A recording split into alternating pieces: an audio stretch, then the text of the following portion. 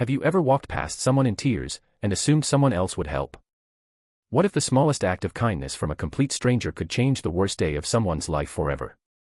Stay with me, because this true-to-life inspired story might change the way you look at the people around you. Before we begin, welcome to Kindness Story Hub. If stories that restore your faith in humanity inspire you, please take a moment to subscribe, like this video, and leave a comment telling us where you're watching from. Your support helps us share more real stories about the incredible power of kindness. Now, let's begin. It was one of the busiest Friday afternoons at Chicago O'Hare International Airport. Families hurried toward their gates. Business travelers rushed with coffee in one hand and laptops in the other. Children laughed, flight announcements echoed through the terminal, and rolling suitcases created a constant hum across the polished floors. In the middle of all that noise sat a young woman on a bench near gate B-17. Her name was Emily Carter. She was 29 years old, dressed in a navy sweater, blue jeans, and white sneakers. Her dark brown hair was tied into a loose ponytail that had started falling apart. Her eyes were red from crying, and she tried to wipe away her tears before anyone noticed. But no matter how hard she tried, the tears kept coming. Hundreds of people walked past her. Some glanced at her for only a second before looking away. Others never noticed her at all. Everyone seemed too busy with their own destination. Emily wasn't crying because she had missed a flight. She wasn't afraid of flying. She had just received a phone call that changed everything. Her father had suffered a massive heart attack back home in Denver. Doctors weren't sure if he would survive the night.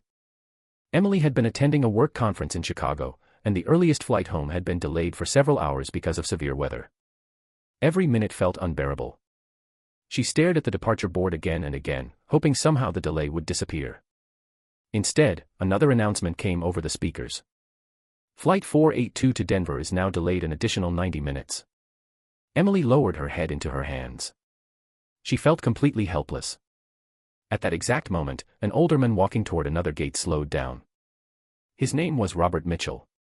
He was 68 years old, wearing a simple gray jacket, blue jeans, comfortable walking shoes, and carrying an old leather travel bag that looked like it had traveled the world. He noticed something everyone else had missed.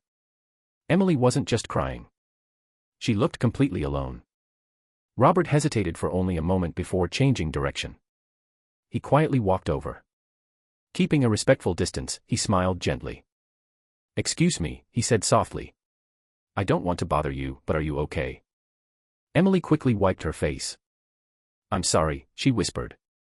"I'm just having a really bad day." Robert nodded. "I figured." He didn't ask questions right away. Instead, he reached into his bag and offered her a small pack of tissues.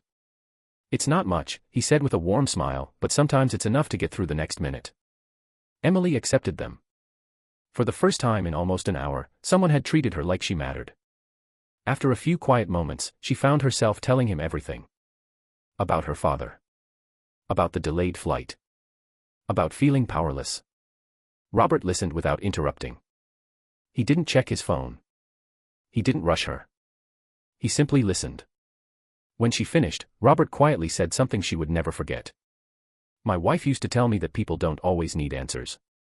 Sometimes they just need someone willing to sit beside them." Emily smiled through her tears. It was the first genuine smile she'd managed all afternoon. A few minutes later Robert stood up. "I'll be back." Emily assumed he was leaving. Instead, 10 minutes later he returned carrying 2 cups of hot coffee and a small sandwich.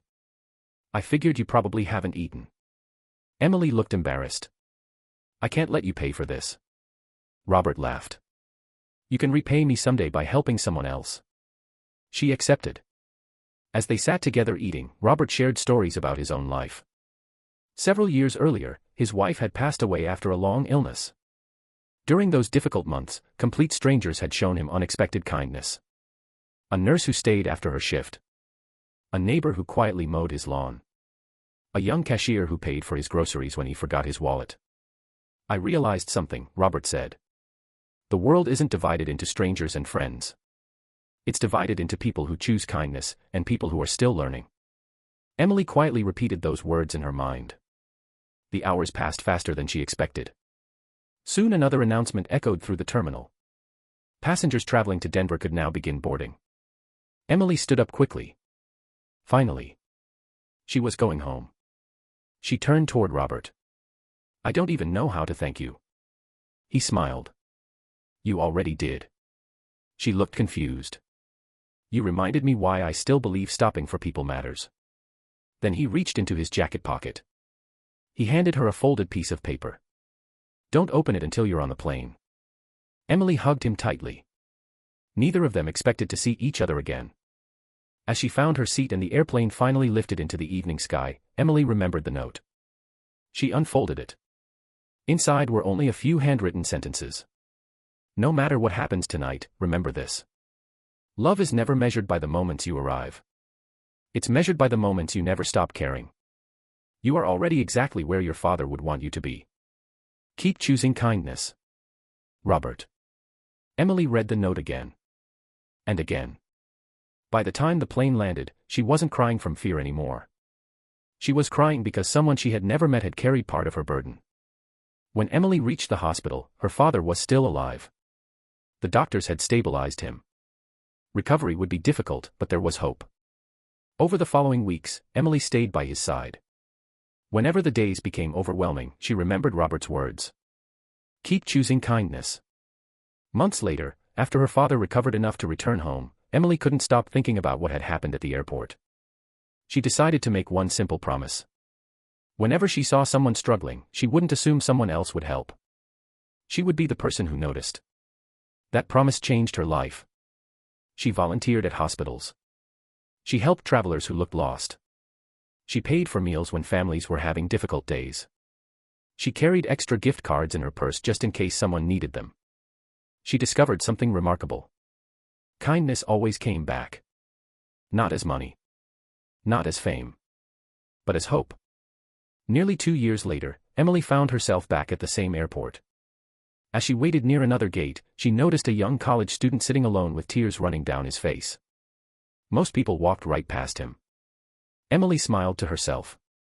She already knew what to do. She walked over slowly. Excuse me, she said gently. I don't want to bother you, but are you okay? The young man looked up in surprise. Those words sounded familiar somehow. Emily handed him a small pack of tissues she now always carried in her bag. At that moment, she realized Robert's kindness hadn't ended that day at the airport. It had simply found a new person to continue the journey. And maybe that's how kindness really works. One caring heart touches another. Then another. Then another. Until complete strangers begin changing each other's lives without ever realizing how far their compassion will travel.